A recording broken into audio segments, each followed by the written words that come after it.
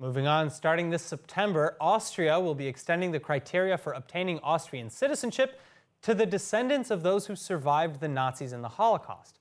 So are you eligible for this opportunity? Joining us to find out is attorney Tal Ofir from the law firm of Cohen Decker Pexin Brosch, which specializes in immigration issues and obtaining foreign citizenship. Thank you so much for being with us. Thank you for having me. All right, so which descendants of Holocaust survivors actually qualify for Austrian citizenship? So there are two options. First of all, if you were born in Austria and left Austria between the years of 1933 and 1955. Now, if you were born in the territory of the Austro-Hungary Empire before 1918, and you also left Austria between 1933 and 1955, then you are eligible.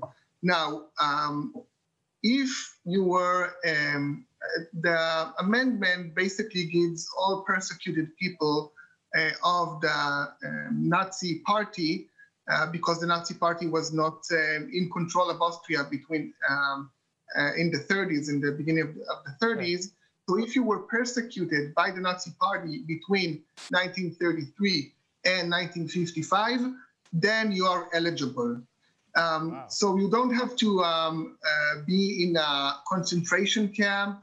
You just have to be in Austria in that time. If you were a Jew, then there is an assumption that you were a refugee if you left in this time period. All right, now I understand that there's often issues of dual or even triple citizenship when it comes to European countries. So do you have to relinquish any current citizenships? You know, how many is the limit?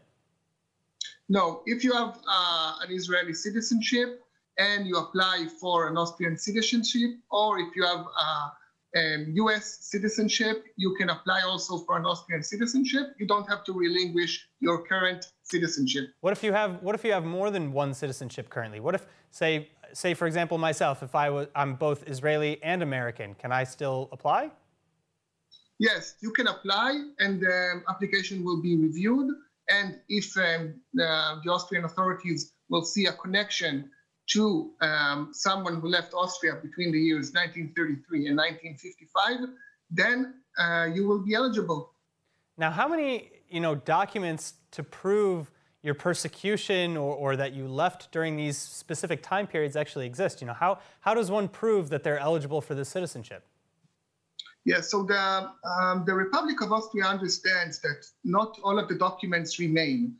The Republic of Austria, the state of Austria, also has its own records, its own archives. So even people with no documents, which know the names and they can give all the information, this information will be reviewed and checked crossed with the files of the Austrian archives, and you will get an answer. If you have documentation, that is, of course, better. A lot of our clients come with passports, Teudat Aliyah also helps. Of course, if you received reparations from the Austrian government during the years, that will also help. Wow. All right. Now, what is maybe the benefit of applying through a law firm like yours? What do you offer people who are applying for this citizenship that I'm assuming can do so on their own?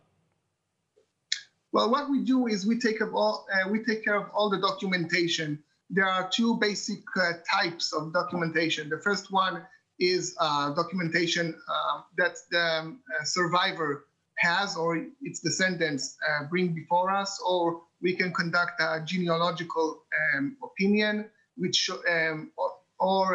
obtains this kind of documentation or gets information that makes someone eligible. Besides that, we also gather all the required documentation, we authenticate it, and we file it to the Austrian authorities.